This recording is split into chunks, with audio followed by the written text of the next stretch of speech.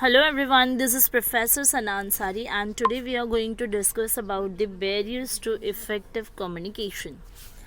Effective communication में क्या क्या बैरियर्स फेस करने पड़ते हैं वो आज हम इस लेक्चर में डिस्कस करने वाले हैं।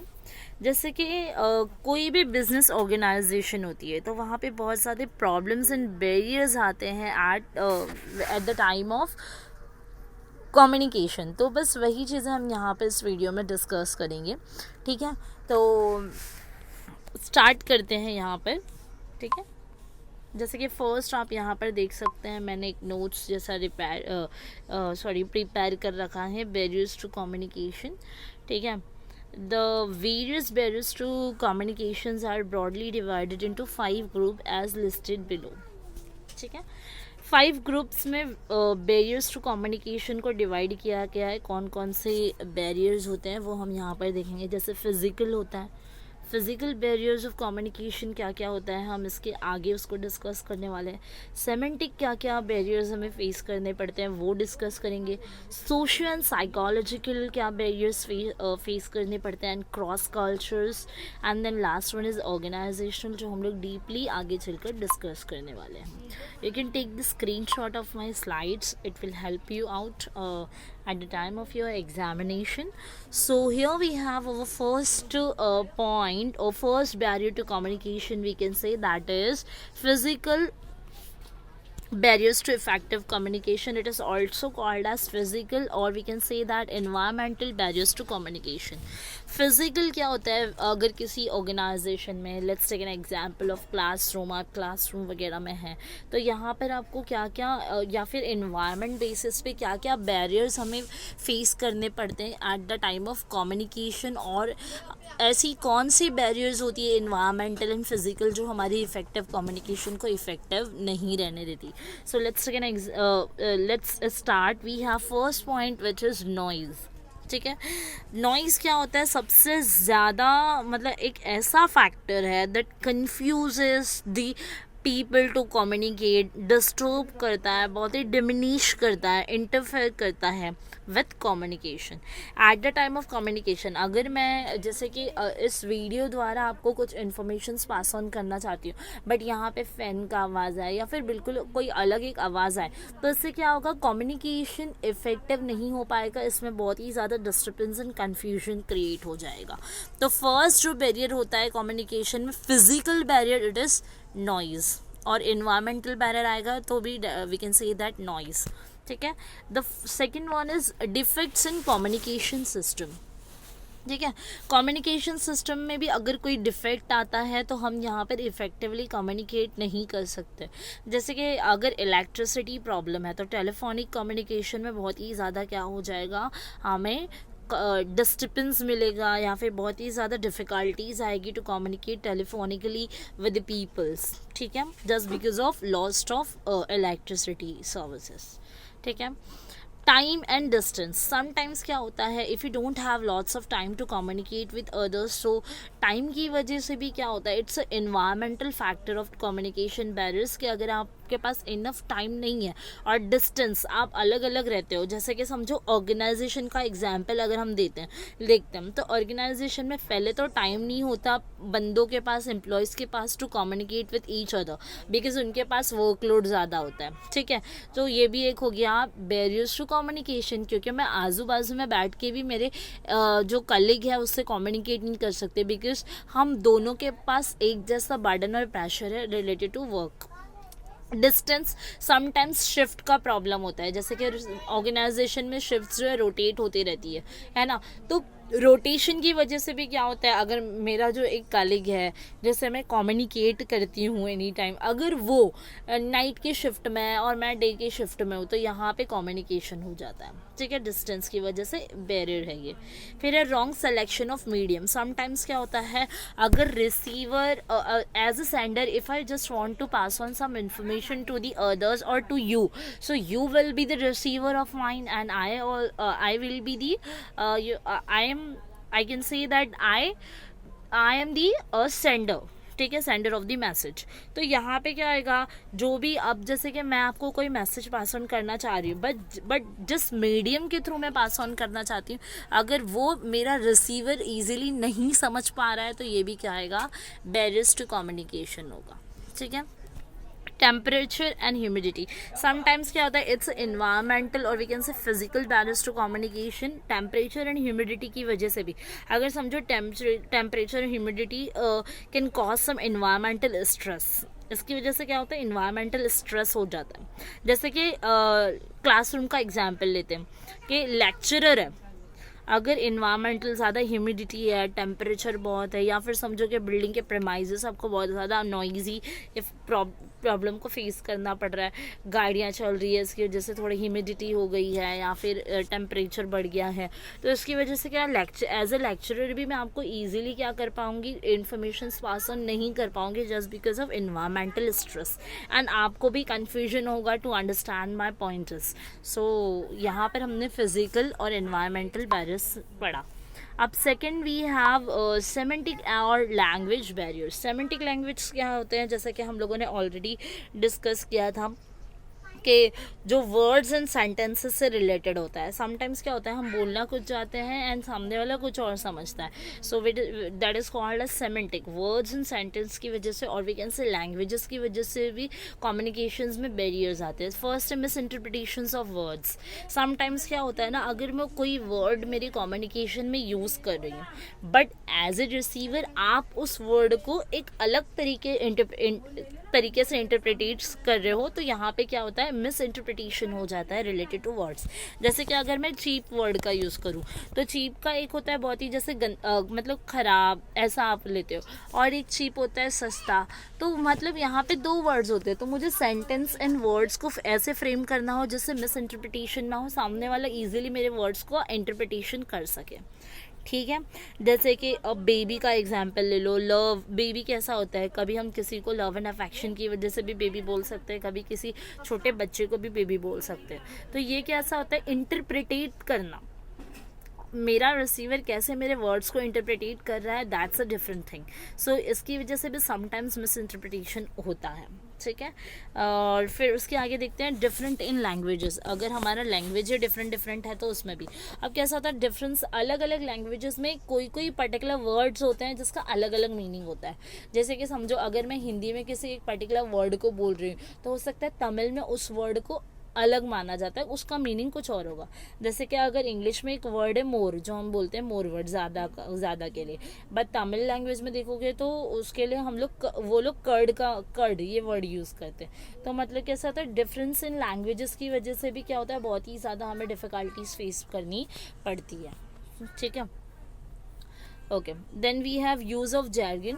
जैर्गन ये क्या होता है, एक टेक्निकल लैंग्वेज है। ठीक है, टेक्निकल लैंग्वेज होती है जो ऑफिस वगैरह में नॉर्मली यूज़ की जाती है, या फिर हम लोग कैसा यूज़ करते हैं, जैसे कि गो अहेड या फिर कुछ ऐसे लैंग्वेजेस होते हैं जो हम यूज़ करते हैं। तो ये प्रोफेशनल लैंग्वेजेस होती है जो मैं मेरी डेली बेसिस में और मेरी सोसाइटी में यूज़ नहीं कर सकती, क्योंकि इससे क्या आएगा, सामने वाला रिसीवर मेरे मैसेज को समझ नहीं पाएगा। तो again jargon language creates the barriers of communication.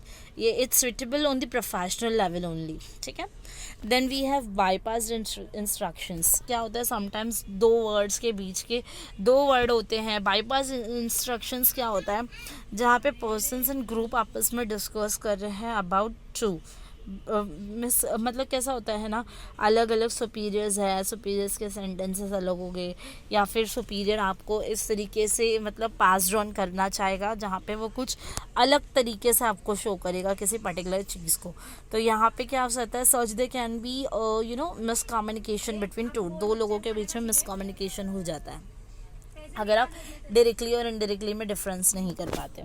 ठीक है, so we did the physical or environmental barriers, and the second one we did right now, that is semantic or language barriers. ठीक है, now we have third one which is personal or socio psychological barriers.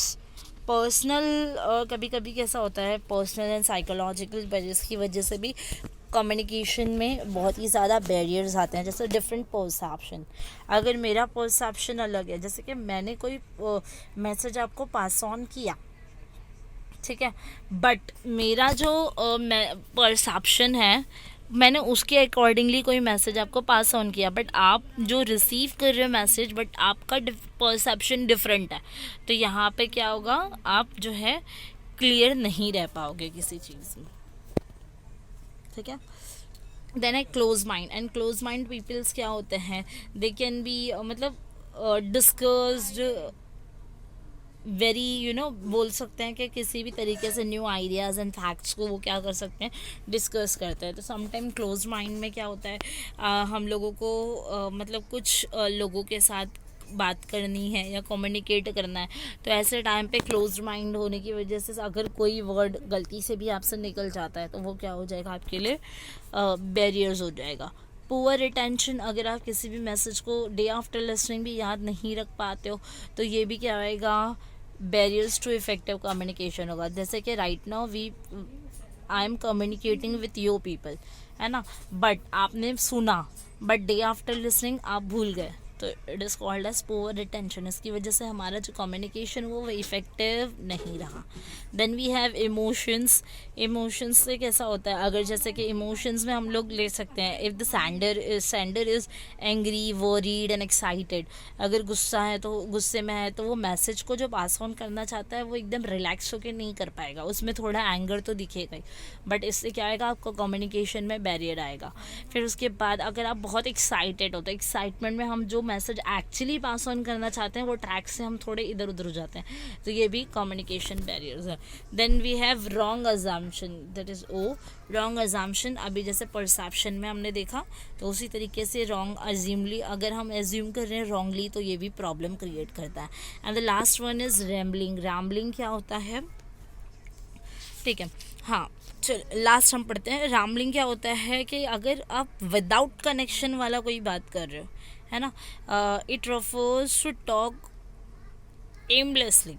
M नहीं है, बात में कोई दम नहीं है, अगर आप वैसे टॉपिक पे बात कर रहे हो तो मे बी रिसीवर्स आपके मैसेज को सुनने के लिए रेडी नहीं होगा, he may not pay attention to words you, ठीक है, तो that is called as rambling.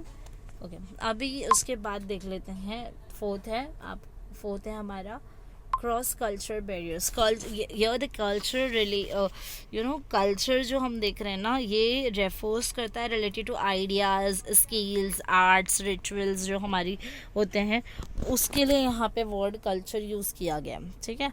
अब कल्चर में क्या होता है, कलर्स, डिफरेंट कलर्स, जैसे हम लोगों ने पढ़ा था इससे पहले भी लेक्चर्स में कि रेड कलर क्या शो करता है, पिंक कलर क्या शो करता है, तो ये कलर्स भी क्या करते हैं, कम्युनिकेट करते हैं। अगर आप ग्रीन कलर यूज़ कर रहे तो ये क्या साइन करता है, क्या साइन शो करता है, फ्रेशनेस का करता है।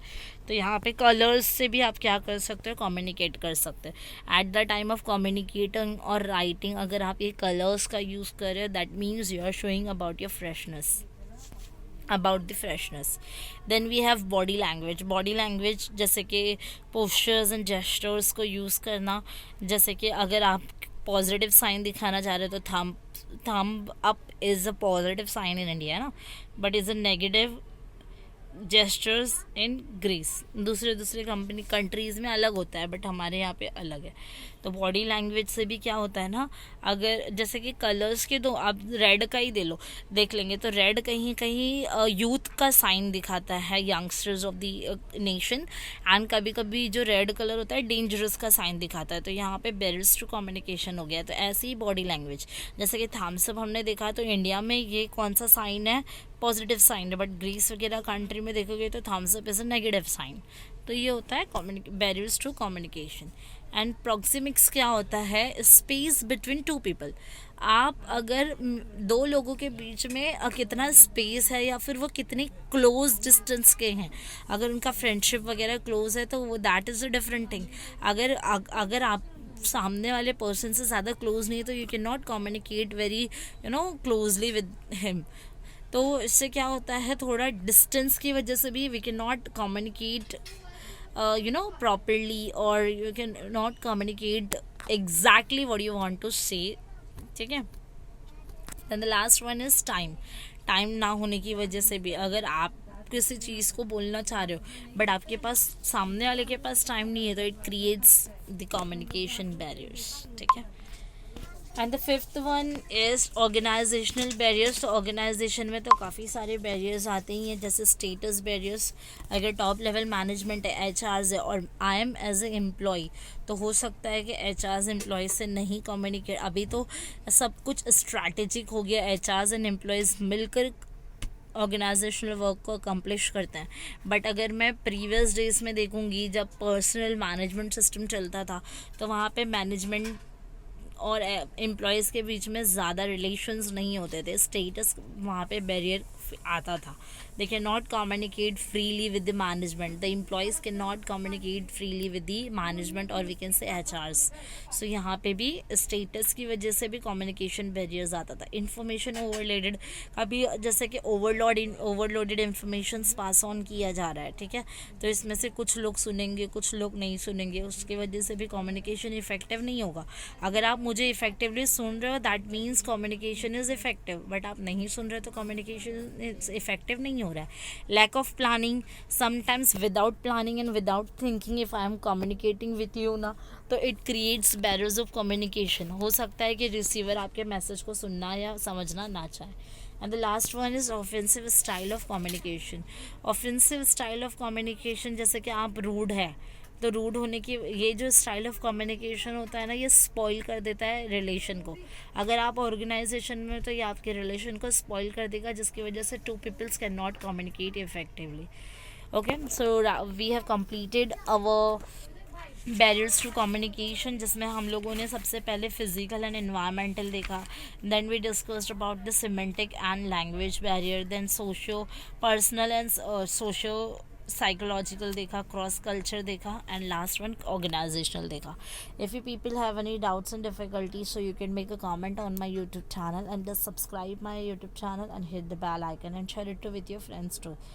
Thank you so much.